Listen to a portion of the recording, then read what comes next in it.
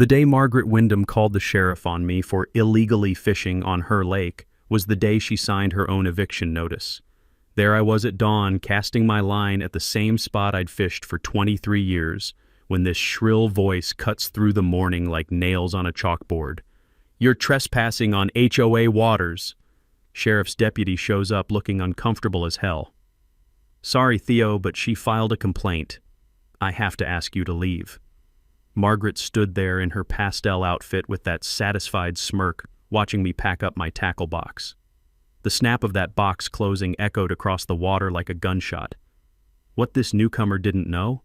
I didn't just have permission to fish that lake. I owned the entire thing, every drop, and she'd been illegally charging my neighbors $200 a month to use my property. Time to teach a bully that some fishing holes bite back. What would you do if some Karen tried to steal your fishing spot? Drop a comment and tell me where you're watching from. I guarantee you've got HOA nightmare stories, too. My name's Theo Blackstone, and I moved to Pine Ridge Lake back in 1999 after my wife Sarah passed. Cancer took her at 48, and I needed somewhere quiet to put the pieces back together. This little 2-acre plot came from my grandfather's estate, just raw land with a view of the water. I built the cabin myself, board by board, nail by nail. When your hands are busy, your heart hurts a little less. The lake became my therapy. Every dawn for 23 years, I'd cast my line into that dark water while mist rose like ghosts off the surface. The smell of pine needles mixed with damp earth, and the only sounds were loons calling across the water and the gentle crunch of gravel under my boots at the boat launch. This wasn't just fishing, this was healing. Pine Ridge Lake's a 40-acre natural spring-fed beauty surrounded by a mix of old cabins like mine and newer McMansions that started popping up around 2015. The original residents were good people, blue-collar retirees, veterans, teachers living on modest pensions. We looked out for each other, borrowed tools, shared fish when the catching was good. Nobody cared if your truck had more rust than paint, or if your lawn looked like a patchwork quilt. Then came the gentrification wave, and with it, Margaret Wyndham, who arrived like a hurricane in designer shoes. Margaret rolled into town 6 months ago in a white BMW SUV with a blessed vanity plate, fresh from a divorce settlement that landed her an $800,000 lakefront property. She's 48, with that helmet hair that defies both gravity and good sense, always overdressed like she's heading to a board meeting instead of living next to a fishing hole. Former corporate compliance officer from Atlanta, which explained her talent for turning simple conversations into hostile takeovers. Within 2 weeks, Margaret organized what she called a concerned homeowners meeting. Her pitch? Pine Ridge Lake needed a homeowners association for property values and safety. She had charts, folks. Actual PowerPoint slides about optimizing community assets and managing recreational liability. I haven't seen that much corporate buzzword bingo since my last construction contract meeting. The woman targeted everything that made our little community special. Fishing restrictions, dock permits, landscaping standards that would make Augusta National jealous. But the real kicker? She claimed the lake itself was a common area, requiring monthly membership fees of $200 per household. Margaret collected signatures from 8 of 23 properties, mostly newcomers who bought into her fear-mongering about property values. The rest of us got certified letters demanding mandatory HOA enrollment. I called her up, polite as my mama raised me. "Ma'am, I appreciate your enthusiasm, but I'm not interested in joining." Her response could have frozen that lake in July. "It's not optional, Mr. Blackstone. This affects everyone's investment." "Ma'am," I said, "I don't have investments. I have a home." The silence stretched longer than a tax audit before she hung up. 2 weeks later, laminated signs appeared around the lake like a bad rash. Private HOA property, members only. The plastic gleamed in the morning sun, an ugly scar across the natural beauty we'd always shared freely. I kept fishing anyway. What else was I going to do? This was my routine, my peace, my connection to Sarah's memory. But Margaret stationed herself at her picture window with binoculars, taking photos like I was some escaped convict instead of a guy trying to catch breakfast. That's when she made the call that lit this whole powder keg. Deputy Charlie Morrison showed up looking like he'd rather wrestle an angry bear. Charlie's local his daddy and mine worked construction together back in the day. "Sorry, Theo," he said, avoiding my eyes. Got a complaint about trespassing.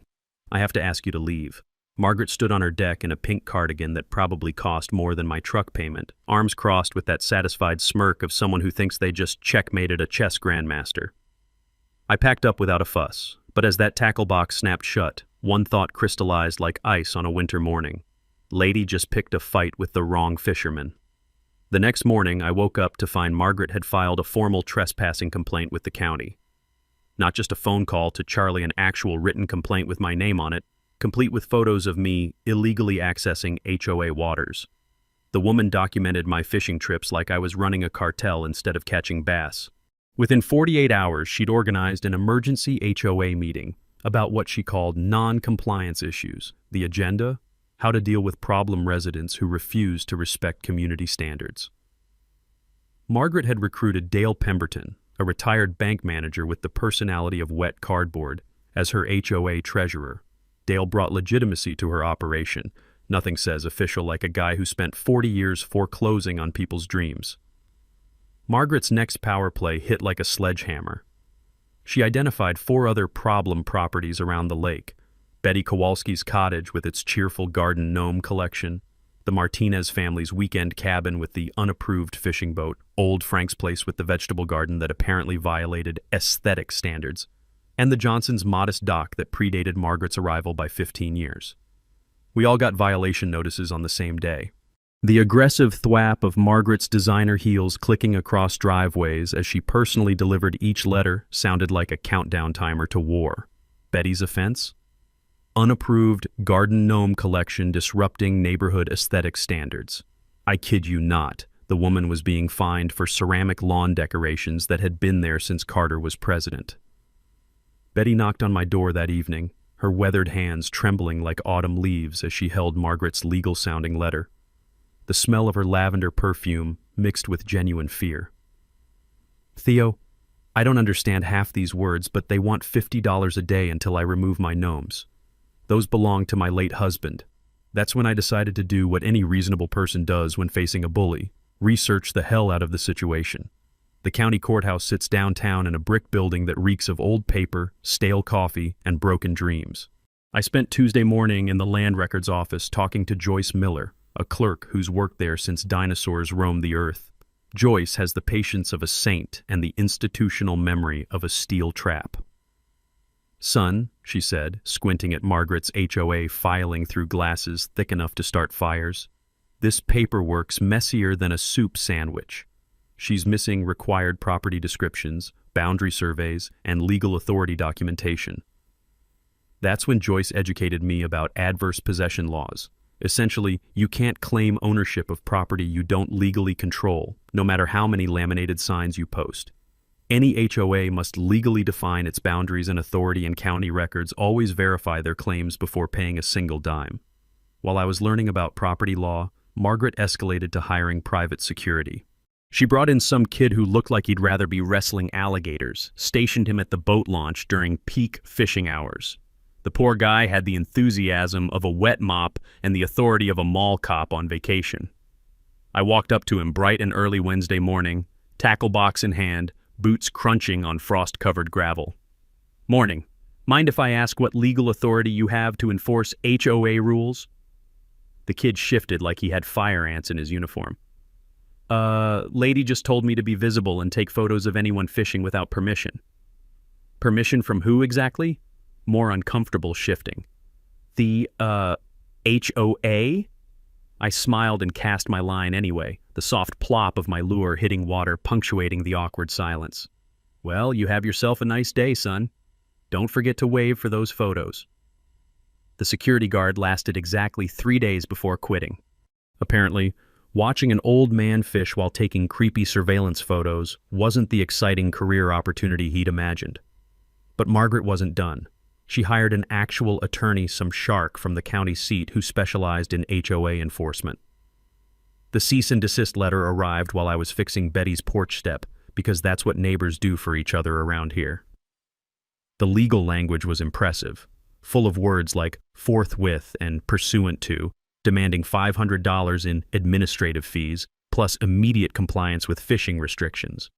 Betty read over my shoulder, her face growing paler with each paragraph.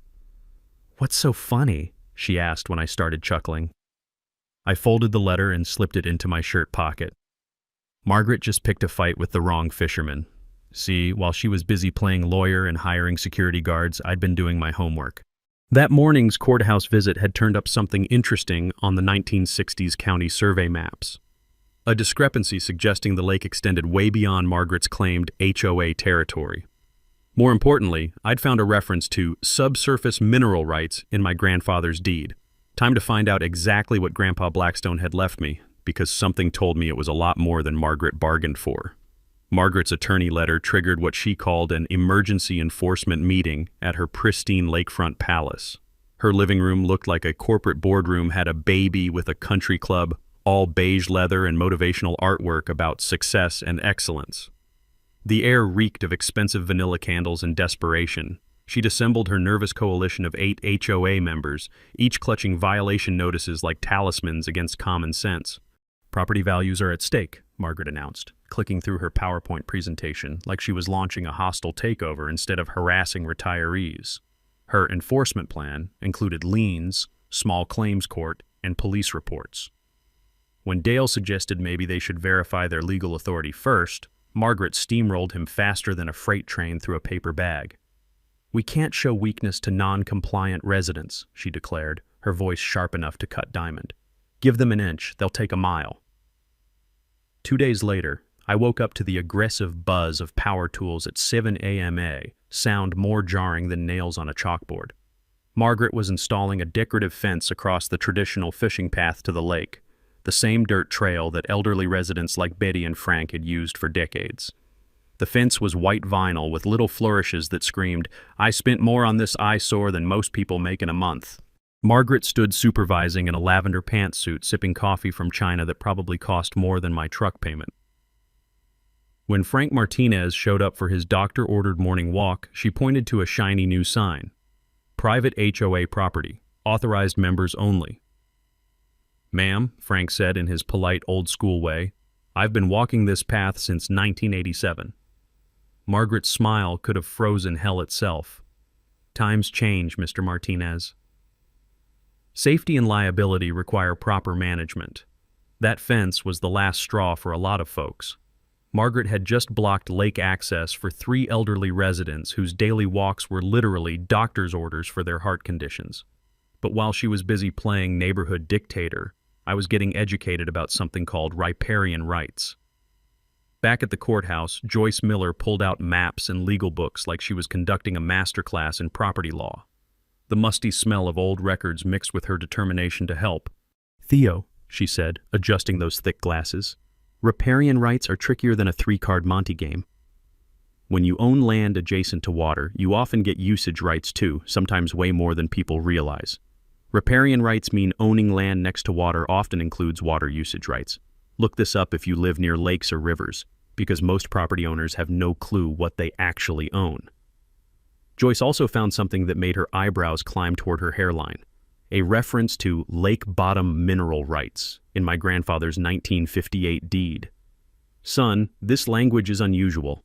Might want to dig deeper into what exactly your grandfather bought from that mining company." While I was learning legal history, Margaret escalated to full-blown harassment. She filed noise complaints about my boat motor, claiming it disturbed the peace at dawn. She called the county health department, alleging my septic system threatened lake quality, forcing me to take time off work for inspections that found absolutely nothing wrong. Then she tried to get my dock declared unpermitted, which was rich considering it predated her birth certificate. But here's where Margaret made her first real mistake. She got greedy and sloppy. I hired surveyor Jake Patterson to map my exact boundaries. $300 well spent. Jake spent half the morning taking measurements and the other half scratching his head like he'd found buried treasure. "Theo," he said, pointing at his equipment, "your lot extends 30 feet further into the lake than anyone expected. Plus, I've seen references to old mining claims from the 1940s around here. Might be worth checking what rights came with those original purchases." That evening, I found an envelope in my mailbox, expensive paper, fountain pen ink that smelled like old money, handwriting that suggested private school education. The note read, "Check the old Thompson Mining Company records at State Archives. Someone in Margaret's own coalition was having second thoughts. Meanwhile, Margaret announced her lake beautification project funded by HOA fees, planning to remove unsafe docks belonging to older residents. She scheduled contractor consultations without permission and referred to the lake as our community asset in her newsletter. Her exact quote, printed in bold, "Some people just don't understand that progress requires sacrifice." But as I studied Jake's survey report that night, listening to loons call across the dark water, one detail jumped out like a lighthouse beacon. Subsurface mineral rights conveyed in perpetuity. Time for a road trip to the state capitol. Because Grandpa Blackstone hadn't just left me a fishing spot, he'd left me the keys to Margaret's worst nightmare. Margaret's confidence hit dangerous levels after successfully intimidating Frank Martinez away from his walking path. She scheduled what she called enforcement action with the sheriff's department for my continued trespassing, complete with official paperwork and a timeline for my arrest. The woman had created an actual fine schedule, $50 per day for unauthorized lake access, payable to the Pine Ridge Lake HOA, which had about as much legal authority as my tackle box. She installed security cameras pointing at fishing spots, their mechanical whirring tracking movement like robotic vultures circling carry-on. The cameras were expensive, the kind banks use to catch actual criminals, not retirees trying to catch breakfast. The red recording lights blinked like angry eyes, watching every cast of my line. Margaret's real masterstroke was organizing a concerned citizens petition to county commissioners. She gathered 47 signatures, mostly from her church group and country club friends who'd never seen Pine Ridge Lake except in her carefully curated Facebook posts about unregulated recreational threats. Her plan? Present the petition at the next public county meeting, complete with PowerPoint slides that would make a corporate consultant weep with pride. She'd already booked a caterer for the post-meeting celebration and invited the local newspaper to document her enforcement success story. While Margaret planned her victory parade, I took a 3-day trip to State Capitol archives. The building reeks of history and bureaucracy dust, old paper, and the crushed dreams of 1,000 researchers. I spent those days digging through Thompson Mining Company records from 1943 to 1962, learning more about my grandfather's business dealings than family reunions ever revealed. Here's what I discovered. Thompson Mining didn't just lease mineral rights. They purchased all mineral and water rights to Pine Ridge Lake for copper exploration. The copper turned out worthless, but those legal rights never rescinded when the company folded.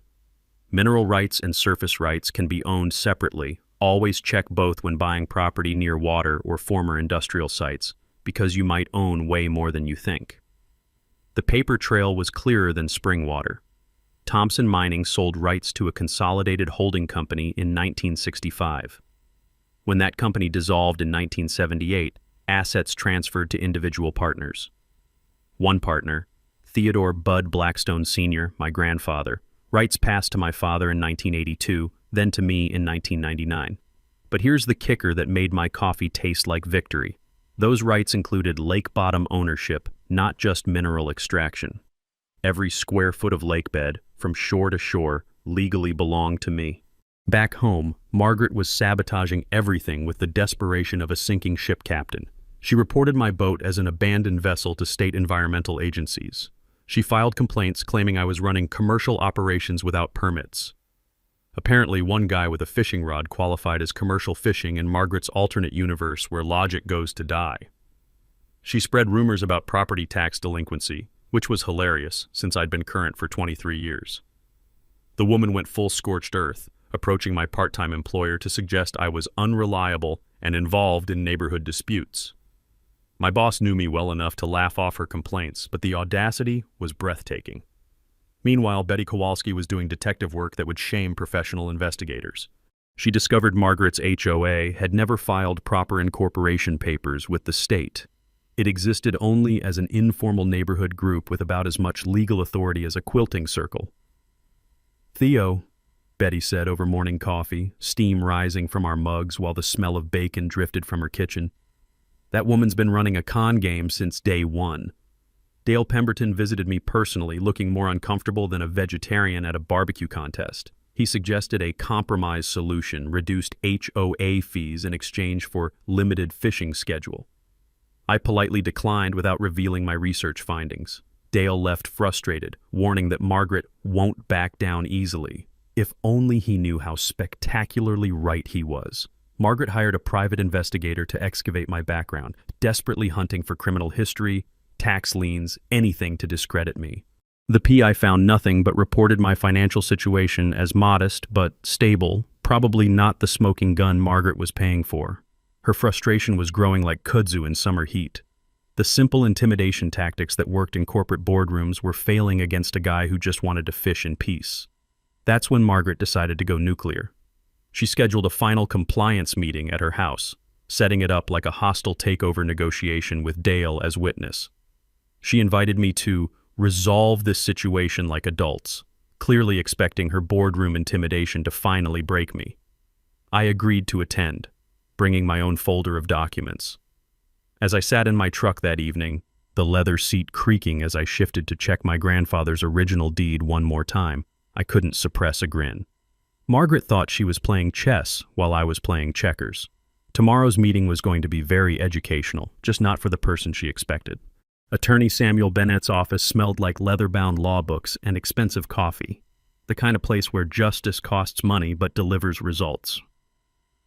I'd driven to the county seat with my grandfather's deed package, hoping for clarity but half expecting another dead end.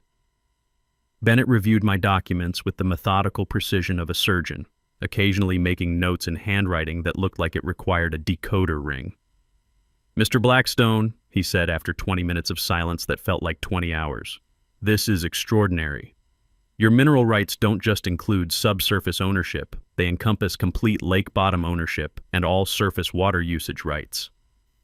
My coffee cup froze halfway to my lips. The leather chair creaked as I leaned forward. "Come again?" Chen spread the documents across his mahogany desk like he was laying out a royal flush. When Thompson Mining purchased these rights in 1943, mining law allowed comprehensive resource acquisition. They bought everything from surface water to bedrock, including what lawyers call perpetual access for extraction and related activities. Modern interpretation? Swimming, boating, fishing all qualify as related activities. The implications hit me like a Category 5 hurricane made of pure justice. So when Margaret's HOA claims lake ownership, they're attempting to charge fees for access to your private property, Bennett finished, his smile sharp enough to perform surgery. Every violation notice, every fine, every restriction, it's all been attempted theft of your property rights. The silence in that office was so profound I could hear my own heartbeat. I didn't just have permission to fish that lake. I owned it. Margaret had been running a protection racket on my property for 6 months. Water rights law is complex, but mineral rights often include more than just mining, especially in older deeds that predate modern property divisions. While I was learning I owned the battlefield, Margaret was distributing final warning letters like a general declaring war on her own troops. Her deadline, 48 hours to pay HOA fees or face immediate enforcement measures. She claimed authority to protect community investment, blissfully unaware she'd been threatening the actual property owner. Chen's paralegal discovered Thompson Mining's 1962 comprehensive lake survey, detailed depth charts, spring locations, fish habitat zones. The brittle yellow maps crackled like Rice Krispies as we unfolded them, revealing environmental data that would make any modern agency jealous. "What are my options?" I asked, though part of me already knew the answer. "Immediate cease and desist, trespassing charges, civil lawsuit for harassment." Bennett paused, studying my expression like I was an interesting legal puzzle. "Or we could let Mrs. Wyndham continue digging her own grave until she strikes bedrock." I chose patience. "Let her take the most aggressive action possible." Sometimes the best education comes from natural consequences. Unknown to me, allies were mobilizing, Joyce from the courthouse helping because her grandmother faced similar harassment, county surveyor admitting he'd suspected unusual ownership, Deputy Morrison quietly documenting harassment patterns.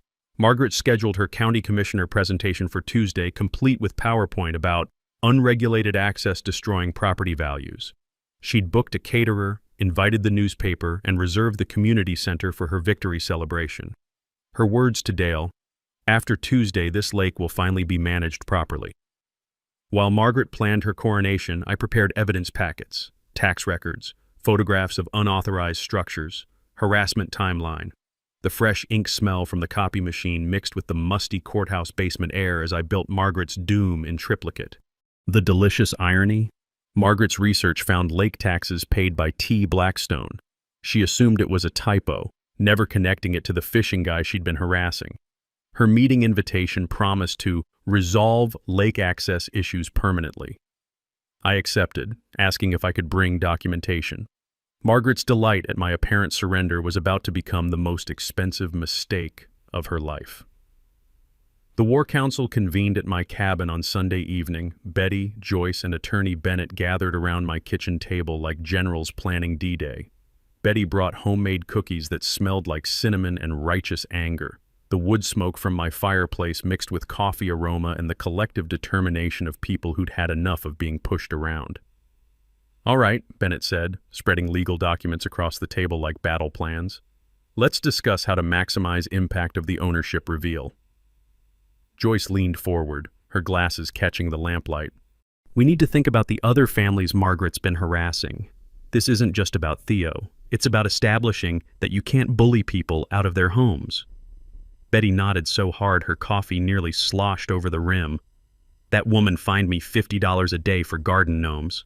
My late husband gave me those gnomes." Chen explained my legal options with the patience of a teacher addressing students who'd been wronged by the system. "We can file criminal trespassing charges against anyone who installed unauthorized structures on Theo's property, civil damages for harassment, defamation, and interference with property enjoyment." He paused, looking at me over his reading glasses. "But I sense you want something more educational than punitive." "I want people to learn from this," I confirmed. "Margaret's not the first HOA bully, won't be the last, but maybe if this goes public enough, others will think twice." Property rights violations can result in both criminal charges and civil lawsuits. Document everything with dates, photos, and witnesses. Joyce pulled out her organizational masterpiece, a chronological evidence file that would make a prosecutor weep with joy. Every photo, letter, witness statement, and recording organized by date with color-coded tabs. The satisfying click of her three-hole punch had been working overtime. "We've got a parallel timeline," she explained, pointing to her charts. "Margaret's escalating claims on one side, Theo's actual legal rights on the other. The gap between what she claimed and reality is the Grand Canyon of legal liability." Betty coordinated with the other harassed residents, 4 families who'd agreed to attend the county meeting as witnesses. Each had documentation of bogus violations and illegal fee demands. Her kitchen table had become mission control, covered with violation letters, photographs, and handwritten testimonies that told stories of systematic bullying. The media angle came together thanks to Joyce's reporter friend at the county newspaper. Initially skeptical when Joyce pitched newcomer HOA attempts to claim ownership of privately owned lake, the reporter changed her tune after seeing my deed documentation. "This is actually newsworthy," she'd admitted, the smell of newsprint and ambition practically radiating through the phone. "I'll attend the county meeting for potential follow-up." Chen prepared a legal brief explaining riparian rights and mineral rights inheritance in language that wouldn't require a law degree to understand. He created visual aids showing the lake boundary and ownership timeline charts and maps that told the story even a hostile audience couldn't misinterpret. When presenting property disputes, visual documentation is more effective than legal jargon. Make it simple enough for your grandmother to understand. The psychological strategy session was my favorite part. "I want to let Margaret make her presentation first," I explained. "Let her publicly claim lake ownership, explain all her plans, get committed to her position before revealing the truth." Betty looked worried, her weathered hands fidgeting with her coffee cup. "Won't that be humiliating for her? In front of the whole community?" "Natural consequences," I said quietly. "She's been publicly humiliating neighbors for months. Sometimes you have to let bullies face the full weight of their actions." Deputy Morrison had privately shared Margaret's planned enforcement action timeline. She'd scheduled sheriff presence for a trespassing arrest immediately after the county meeting. Margaret expected official backing for her lake access restrictions, complete with handcuffs if necessary. I prepared property deed copies for the sheriff's department just in case they needed documentation that the trespasser was actually the property owner. Our network expanded like ripples on water. The surveyor friend agreed to attend with boundary maps. Township attorney volunteered to review documentation. State Environmental Agency contact stood ready to explain water rights law if needed. Each phone call confirming attendance felt like another nail in Margaret's coffin of lies. Margaret's aggressive marketing of the county meeting was actually helping us. Her social media posts about property rights protection were drawing a larger crowd than usual. She'd invited 3 other HOA presidents from neighboring developments, creating a bigger stage for her own downfall. Chen suggested using the moment for community education beyond just Margaret's comeuppance. He prepared handouts explaining how to research deed history and water rights, plus a resource list including courthouse contacts, surveyor recommendations, and legal aid options. Every property owner should understand their deed. Most never read beyond the basic description and miss critical rights or restrictions. The physical preparations were simple but symbolic. I cleaned and organized my fishing tackle, planning to arrive at the meeting directly from my morning fishing trip. Betty coordinated transportation for elderly residents who wanted to attend but couldn't drive at night. The county tax assessor agreed to attend as a neutral witness, ready to confirm my lake property tax payment history. The assessor also revealed Margaret had never paid taxes on the lake portion of her property because it wasn't actually part of her property. Environmental agency representative was available by phone to explain water law if commissioners needed expert clarification. Margaret's final overreach was beautiful to behold. She distributed victory celebration invitations for after the county meeting, reserved the community center for her lake management success party, and hired a photographer to document what she believed would be her HOA enforcement triumph. Her confidence peaked at exactly the wrong moment, like a general celebrating victory before the battle started. I spent Monday evening retrieving my grandfather's original mining company correspondence from a storage box I hadn't opened in years. The letters showed Thompson Mining's intention to preserve the lake for perpetual family recreation. Grandpa specifically wanted the property for fishing and peaceful retirement. Reading his words, I realized this wasn't just about protecting property rights, it was about honoring family legacy. I checked my watch. County meeting was 18 hours away. Margaret had no idea she was about to face someone who owned not just the fishing spot, but the entire battlefield. Time to go fishing one last time before everything changed. Monday morning, my phone buzzed with Margaret's urgent community safety alert before I'd even finished my first cup of coffee. She'd sent a mass text to every lake resident claiming an anonymous tip about tax delinquency on lake property, creating an ownership vacuum. Her argument? The HOA must step in to protect community assets from government seizure. The rapid-fire ding of notifications echoed through the neighborhood as phones lit up with her fear-mongering nonsense. It was like watching someone yell fire in a crowded theater, except the fire was imaginary and the theater was a peaceful lakefront community. Margaret wasn't done with her pre-meeting blitz. She tried to get me banned from the county meeting itself, filing a complaint claiming I'd threatened HOA members. When the commissioner's office politely explained that public meetings are open to all residents, I could practically hear her grinding her teeth through the phone lines. Dale's doubts were growing louder than his loyalty. At Monday's hastily called HOA meeting, he questioned Margaret's increasingly extreme tactics. Shouldn't we get a legal opinion about actual lake ownership before the county meeting?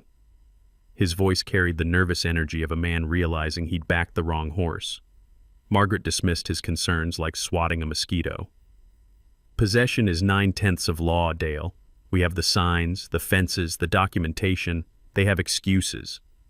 Dale's uncomfortable expression suggested he was reconsidering every decision that led him to this moment. Margaret's social media campaign escalated to absurd levels. She created a Facebook group called Pine Ridge Lake Property Protection and posted photos of me fishing with captions about unauthorized commercial fishing operations threatening community safety. She shared fake legal citations about HOA authority over common areas that would make any actual lawyer laugh until they cried. The aggressive tapping of her manicured nails on her phone screen must have sounded like a woodpecker on amphetamines. Meanwhile, I maintained my normal routine fishing at dawn, helping neighbors with repairs, staying calm while Margaret spun herself into a frenzy. The contrast wasn't lost on our neighbors. Betty mentioned that people were starting to notice how peaceful I remained while Margaret grew more agitated by the hour. The morning mist rose off the lake like ghosts while Margaret's shrill voice echoed from her deck, barking orders at her remaining supporters like a general losing control of her troops. Margaret's private investigator delivered his final report Monday afternoon. Clean record, modest finances, well regarded by longtime residents. But the PI noted something that should have been a red flag. Subject owns more property than apparent based on visible structures. The report mentioned mineral rights inheritance, but apparently didn't research deep enough. Margaret missed the warning completely, focusing instead on what she called my financial vulnerability. Lady thought I was poor and desperate. She had no idea I was sitting on property rights worth more than her BMW. Her coalition-building efforts brought 3 neighboring HOA presidents to Pine Ridge for a property rights solidarity meeting. Each had similar stories of problem residents resisting HOA authority. They planned a coordinated presentation showing a pattern of non-compliance across multiple communities. Margaret created a false narrative about property values declining due to unmanaged lake access, complete with cherry-picked real estate data that would make a statistician weep. The environmental agency inspection was Margaret's most desperate move. She filed a complaint about my dock threatening the lake ecosystem. When the inspector arrived Tuesday morning, he found a structure that exceeded modern environmental standards. "Mr. Blackstone," he said, examining the commercial-grade construction, "this dock was built to mining equipment specifications. It's probably safer than most modern docks. Original construction permits often exceed modern standards. Save all documentation from previous property owners because that paperwork can be pure gold." Betty's intelligence network delivered crucial information Monday night. Margaret hadn't paid property taxes on the lakefront footage she claimed. The county assessor confirmed Margaret's deed didn't include water rights. It stopped at the high water mark like every other lakefront property. We shared coffee while reviewing Betty's findings, the steam rising between us like visible proof of Margaret's evaporating case. Margaret hired a second attorney Monday afternoon, $2,000, for a legal opinion supporting lake access restrictions. The attorney wrote a beautiful letter based entirely on Margaret's version of facts. The opinion was legally worthless because it assumed the HOA owned the lake, but Margaret waved it around like a papal decree. Anonymous support arrived in my mailbox Tuesday morning. Copies of Margaret's private emails showing coordination with other HOAs to eliminate problem residents through financial pressure techniques and social isolation strategies. Someone in her inner circle was having serious second thoughts and wanted me armed with evidence of systematic harassment. Margaret's media manipulation attempt backfired spectacularly. She contacted the local newspaper claiming a lake safety crisis and provided photos of my unauthorized fishing equipment. The reporter fact-checked her claims and discovered Margaret's background was corporate HR, not environmental science. The reporter's follow-up questions made Margaret defensive enough that she accidentally revealed her real motivation. "People like him lower property values and attract the wrong element." That quote would haunt her. I spent Tuesday afternoon installing official boundary markers at my property line legally required before any confrontation about trespassing. The solid thunk of stakes being driven into earth sounded like drum beats announcing an approaching reckoning. My discreet security cameras captured Margaret's face when she saw the survey markers. Pure panic crossed her features before she regained composure and called Dale for an emergency meeting. The community polarized rapidly. Longtime locals quietly aligned with me while Margaret's support crumbled as her tactics became more extreme. Several HOA members privately contacted me expressing concern about her methods. The nervous shuffling of papers as former allies distanced themselves sounded like rats abandoning a sinking ship.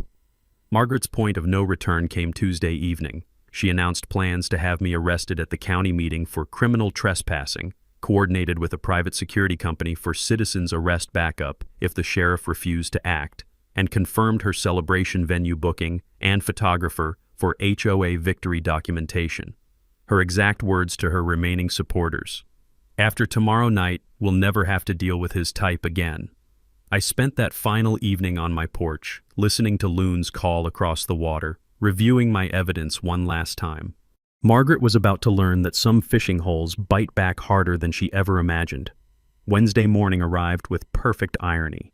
I followed my normal routine, casting my line into the dawn mist at the exact spot Margaret claimed as HOA waters. The lake was glass smooth, reflecting pink and orange sunrise colors like a postcard from a world where bullies didn't exist. Margaret watched from her window with binoculars, phone already pressed to her ear. Within 10 minutes, Deputy Morrison's cruiser rolled up the gravel path, the crunch of tires breaking the morning peace like an unwelcome alarm clock.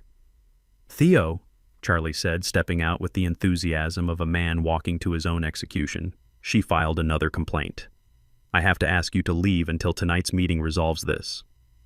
I complied gracefully, loading my tackle box with the same careful movements I'd made for 23 years. Margaret stood on her deck in a cream-colored blazer that probably cost more than most people's monthly rent, arms crossed in triumph, watching me pack up like she'd just conquered Mount Everest in high heels.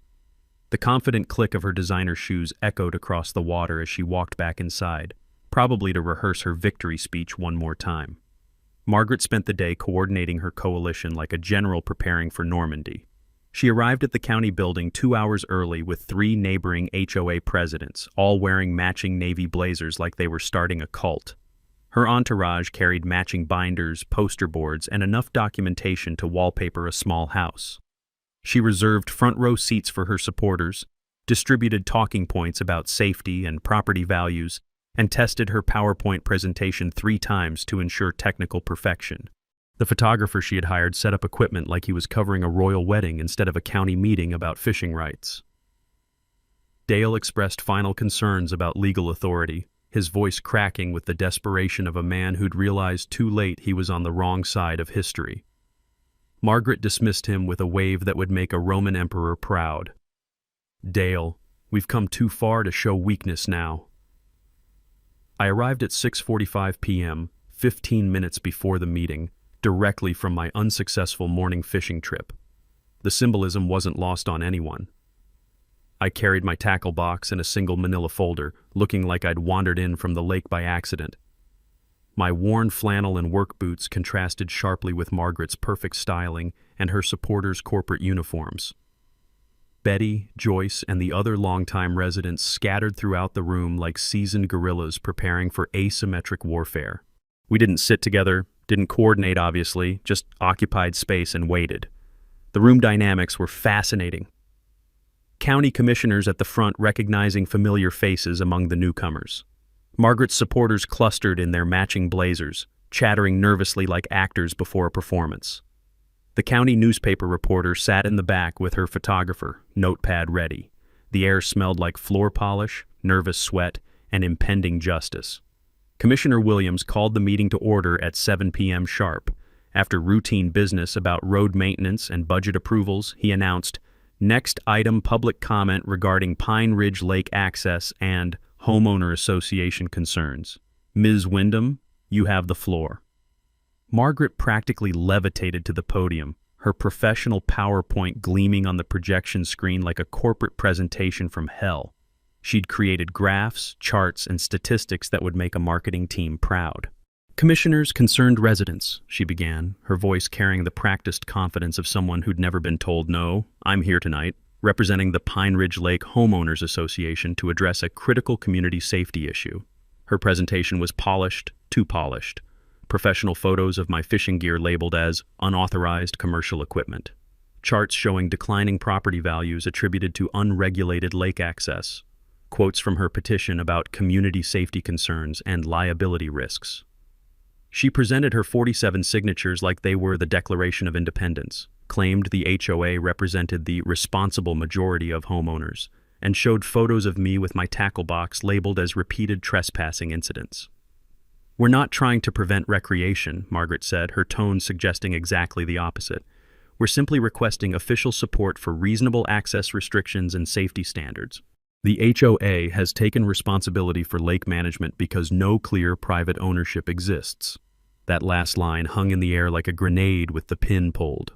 Margaret's closing was pure corporate manipulation. "We must protect our community investment from those who don't respect progress and property values. I'm formally requesting that commissioners grant the Pine Ridge Lake HOA Enforcement Authority over lake access, support our citation program for trespassing violations, and officially recognize our organization as the managing body for this community asset." Her supporters applauded. The photographer captured Margaret's satisfied smile. Dale looked like he wanted to sink through the floor. Commissioner Williams cleared his throat, the sound cutting through the applause like a judge's gavel. "Thank you, Miss Wyndham. That was very thorough." He paused, scanning the room. "Are there any responses or alternative perspectives?" I raised my hand slowly. deliberately, like a student who'd been waiting for exactly this question. Margaret's confident smirk suggested she expected surrender or fumbling excuses. Her body language screamed victory, shoulders back, chin up, arms crossed in satisfaction. Commissioner Rodriguez nodded. "Mr. Blackstone, please approach." I walked to the podium carrying only my manila folder, the thud of my work boots on the floor sounding like the countdown to Margaret's worst nightmare. The room fell silent enough to hear the fluorescent lights humming overhead. Margaret leaned back in her front row seat, clearly expecting me to beg for mercy or negotiate terms of surrender. Instead, I opened my folder with the casual deliberation of someone holding a royal flush and said 7 words that drained the color from Margaret's face. "Commissioners, I'd like to clarify property ownership." I started with gratitude because that's how you hook an audience before dropping a bomb. "Thank you, Commissioners, for your time and for allowing democratic process to work as intended. I also want to thank Ms. Wyndham for her passionate presentation about community management." Margaret's smirk widened. She thought I was surrendering. "I agree that lake management is an important responsibility," I continued, my voice steady as bedrock. "Which is why I take my property tax payments seriously. Been paying them faithfully for 23 years on Pine Ridge Lake." The room's energy shifted like a weather front moving in. Papers rustled as I opened my folder with deliberate slowness, the sound echoing in the suddenly attentive silence. Ms. Wyndham stated that no clear private ownership exists for the lake. I'd like to correct that misunderstanding. I produced a certified copy of my property deed, the official county seal visible even from the back row. This deed, dating from 1958, establishes that my grandfather, Theodore Blackstone Sr., purchased complete mineral and water rights to Pine Ridge Lake from Thompson Mining Company. Margaret's face transitioned from smug to confused faster than a traffic light change. "Those rights," I continued, "include subsurface ownership of the entire lake bottom and perpetual water access rights for extraction and related activities. In modern legal interpretation, fishing, swimming, and boating all qualify as related activities." I placed the deed on the commissioner's desk like a lawyer presenting Exhibit A in a murder trial. Commissioner Williams leaned forward, suddenly very interested. "Mr. Blackstone, are you claiming you own the lake?" "Not claiming, sir. Stating fact. I own the lake bottom, the water rights, and have been paying property taxes on it annually since inheriting the property in 1999. The room erupted in whispers like a kicked hornet's nest. Margaret shot to her feet, her cream blazer suddenly looking less authoritative and more like a costume from a play that had gone horribly wrong. "This is impossible." Her voice cracked with panic that no amount of corporate polish could hide. "We researched ownership. This can't be legal." Attorney Bennett stood from where he'd been sitting quietly in the middle rows. "If I may, Commissioners?" Samuel Bennett, representing Mr. Blackstone. "I can clarify the property law here." Commissioner Rodriguez gestured for him to continue, clearly fascinated by the drama unfolding better than any reality TV show. Chen approached with the calm authority of someone who'd read every relevant law book twice. "Riparian rights and mineral rights inheritance are complex, but this case is actually straightforward. Thompson Mining Company purchased comprehensive resource rights in 1943, which were never rescinded. Those rights passed through legitimate inheritance to Mr. Blackstone. He produced his own documentation, the chain of ownership from Thompson Mining to the holding company to my grandfather to me, each transfer properly recorded and notarized. More specifically," Bennett added, "the HOA Ms. Wyndham represents has been collecting fees for access to Mr. Blackstone's private property. Every violation notice, every fine, every restriction has been an attempted interference with his legal property rights." Margaret's face had gone from cream to white to a shade of red that suggested either rage or a medical emergency. "You can't just claim ownership of an entire lake. What about our investments, our property values?" Commissioner Williams held up a hand for silence. "Ms. Wyndham, please hold your comments. Mr. Bennett, do you have verification of Mr. Blackstone's tax payments?" Joyce stood up from her seat, bless her organized soul. "Commissioner, I'm Joyce Miller from the County Land Records Office.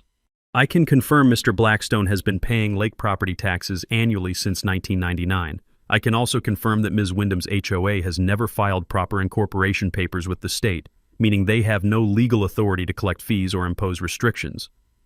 The county tax assessor, sitting near the back, added his voice. I can verify Mr. Blackstone's tax payment history.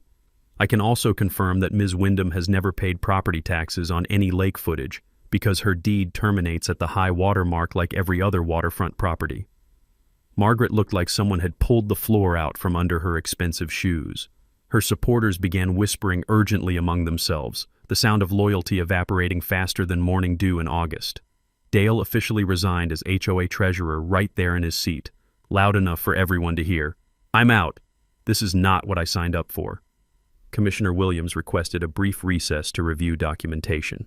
During those 10 minutes, Margaret stood frozen at the front of the room while her photographer quietly packed up his equipment and her supporters executed the fastest political retreat since Napoleon left Moscow. Betty approached me with tears in her eyes. "Theo, does this mean she can't find me for my gnomes?" "Betty," I said with a smile, "it means she never had the authority to fine anyone for anything." When the commissioners returned, Williams delivered his findings with the weight of official judgment. After reviewing the documentation, we confirm Mr. Blackstone's property ownership is legally valid and comprehensive.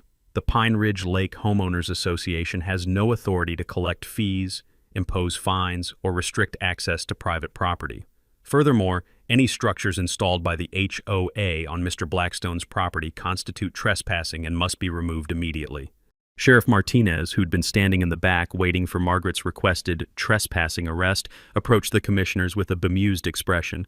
"Just to clarify, I'm supposed to arrest Mr. Blackstone for trespassing on his own property?" The room burst into laughter that sounded like justice being served with a side of poetic irony. Margaret grabbed her purse and rushed toward the exit, her high heels clicking frantically against the floor like a drumbeat of defeat. The celebration she'd planned, the photographer she'd hired, the victory party she'd booked, all waiting for a victor who'd just become the defeated. A reporter caught her at the door. "Ms. Wyndham, would you like to comment on—" "No comment!"